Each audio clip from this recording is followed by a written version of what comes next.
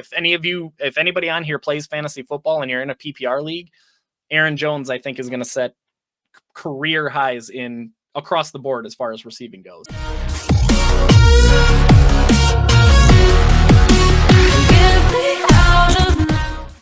You know who we haven't mentioned yet, who is going to set career highs in receiving, is Aaron Jones. Aaron Jones is going to go crazy this year from a receiving standpoint. That's funny that you say that, man, because the next topic is actually, I didn't send you this one, but I had to get your thoughts on this. Perfect. I had Aaron Jones on my fantasy team last year. I love the guy. I love his persona. I love everything about him, man. I think he just plays the game the right way. And then you have the guy that's just always in his rearview mirror that could, a lot of Packers fans and a lot of people outside of it love AJ Dillon, but I'm like, hold on, pump on the brakes, because if you really had to come down to it, I think the Packers would trade AJ Dillon over Aaron Jones any day of the week just because of his skill set. But from your perspective, since you've been in the community, if you had to choose one over the other, and do you share that same sentiment? If I had to choose one, I'm taking Aaron Jones all day because of the versatility he brings to the offense. And honestly, that's not a knock on Quadzilla, as Andre just called him, because he actually showed some pass game chops last year as well. And I should be the first to acknowledge there might be some bias here because I was a huge Aaron Jones fan before he was on the Packers. So it's like, that was just, when that happened, I was like, oh my God, this is the greatest day of my life. Yeah.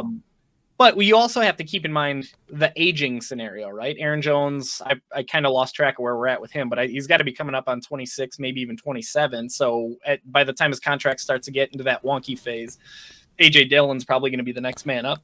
But he really hasn't shown that he's regressing at all. Outside of the injuries that he's had, he's like, when he's healthy, he still makes a huge impact wherever he is needed. So it's like, he's hard to kind of gauge. He's really hasn't given you a hint that he's slowing down.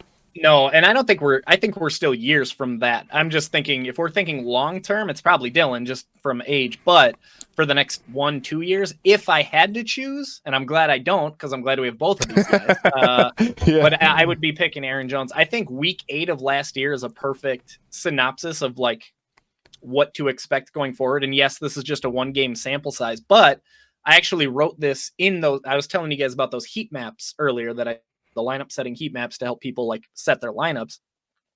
Week 8 last year, Devontae Adams missed. I think he had COVID or he was a close contact with COVID. I can't remember why he was out.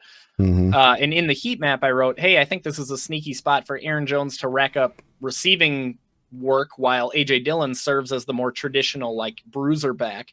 And in that game, AJ Dillon out carried Aaron Jones 16-15, but Aaron Jones had 11 targets, which his previous career high was 8, which he had only done twice. But he had 11 targets, 7 catches, like 51 yards, and I think a touchdown as well. And I think that is a really good indicator of what we can expect more of this year from the Packers, where I think if anybody on here plays fantasy football and you're in a PPR league, Aaron Jones, I think, is going to set career highs in across the board as far as receiving goes. So I think you're going to see a lot of AJ Dillon as a traditional back and Aaron Jones as more of the pass catching. I don't want to say pass catching specialist, because then you think of like Darren Sproles and JD McKissick and guys like that, but Jones is going to set some highs as far as receiving goes. Can you guess who my first 2 picks of last year's fantasy football draft were? Well, Aaron Jones was definitely in that. He was like a top 5 pick. Yeah. Second round, I picked another running back. Who was it last year? Mixon was, I think. Close. Close. He's an Ohio guy. I went with Nick Chubb. I picked Aaron Jones first, and I went Nick Chubb second, and people were like, what? And it worked out for me until Aaron Jones got hurt. But I'll tell you who won the league, and my wife listened to me, and I was so glad she listened to me. So it was her? She won. She picked Patrick Mahomes number 1. Everybody was like, are you serious? I told her to stay far away from Christian McCaffrey. I said, stay far away from him. I love the guy. Stay 10 feet away from him. You got lucky. But she picked up Cooper Kupp.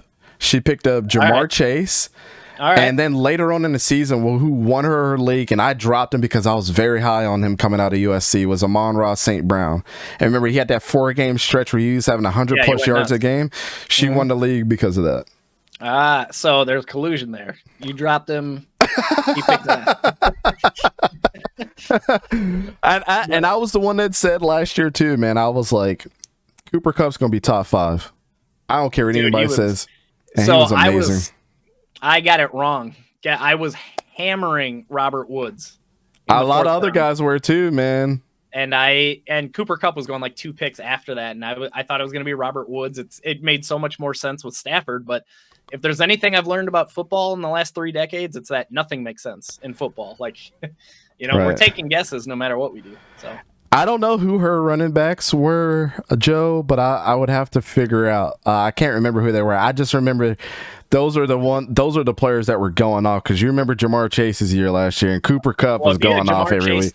If you had Jamar Chase and Cooper Kupp, you had a pretty good Patrick Mahomes. Like it was over every single week. Here though, like he wasn't that like great from a fantasy standpoint. He wasn't bad by any means. Yeah, he would have like 35 points, and then 15, and then 30, and then 12. Like right. Yeah.